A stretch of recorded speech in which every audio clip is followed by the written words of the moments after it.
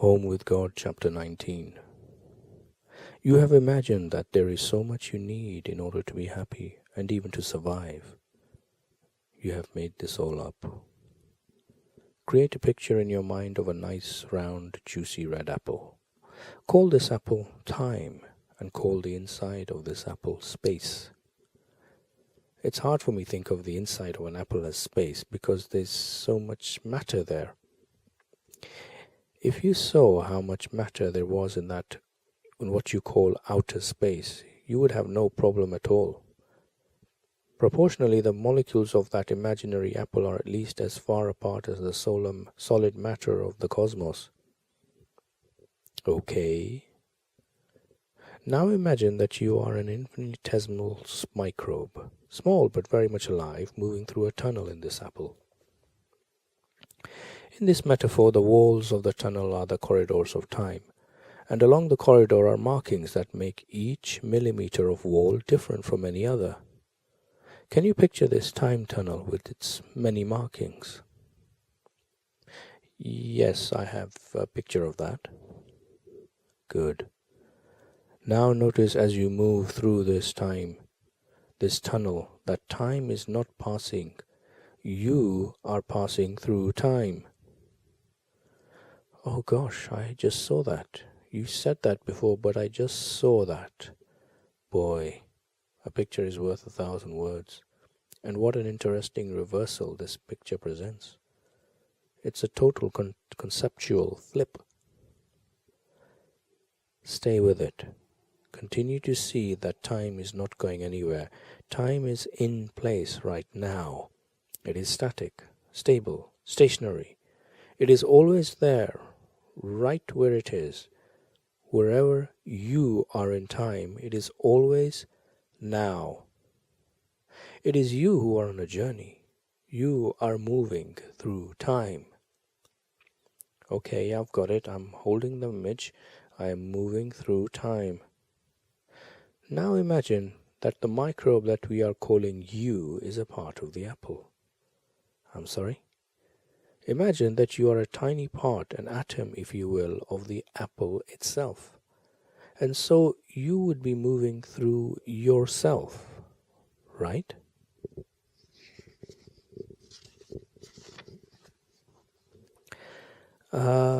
Yes, I guess so, I suppose so. You are an atom of this apple, a part of yourself, moving through yourself. You could then say that this is Atom's apple. Clever. You are endlessly clever. Well, I'm trying to use imagery and words that will help you to form an indelible idea in your mind. You've accomplished that. Good. Now you are traveling from the outside to the inside of the apple, from the outermost part to the innermost part of the self.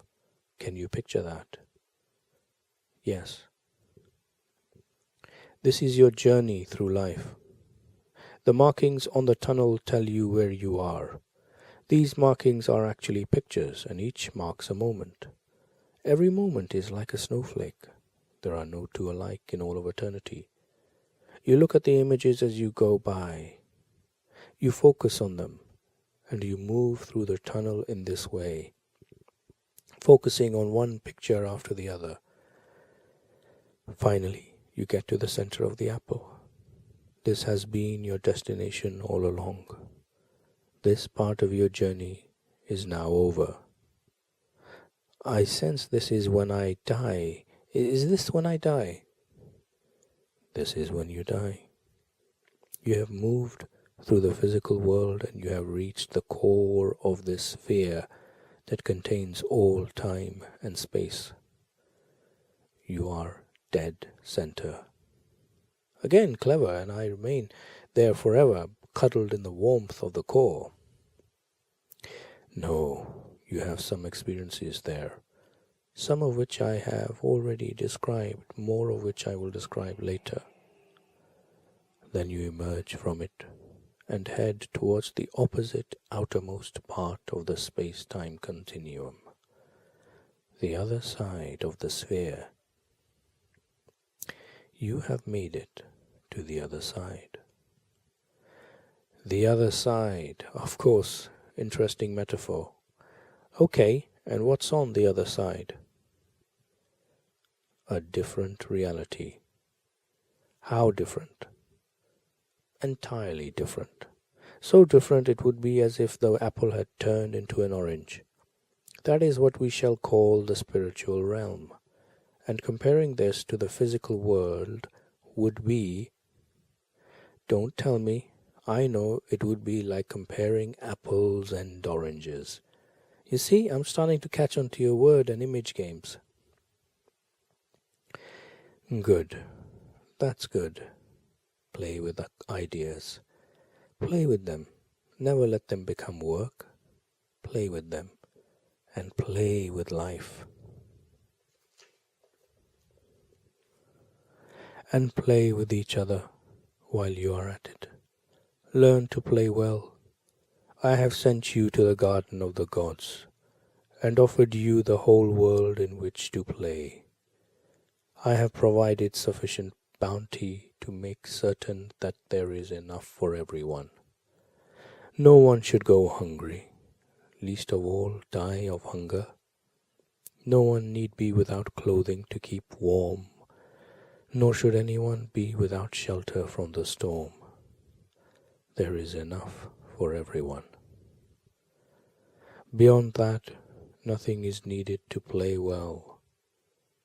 Nothing more is required in order to have a glorious experience of who you are. You have imagined that there is so much you need in order to be happy and even to survive. You have made this all up. As you approach your death, you will realize how little any of this matters. Any of this. At the moment of your departure from physical life, you will know that you have struggled for nothing, and then your long struggle will be over. You may arrive at this awareness at any time, and end your struggle in any moment. This opportunity and this experience are not held in reserve for only the moment of your death. If you watch closely, you will see that each day of your life is crowded with little deaths. You may use any one of them as a platform for this realization.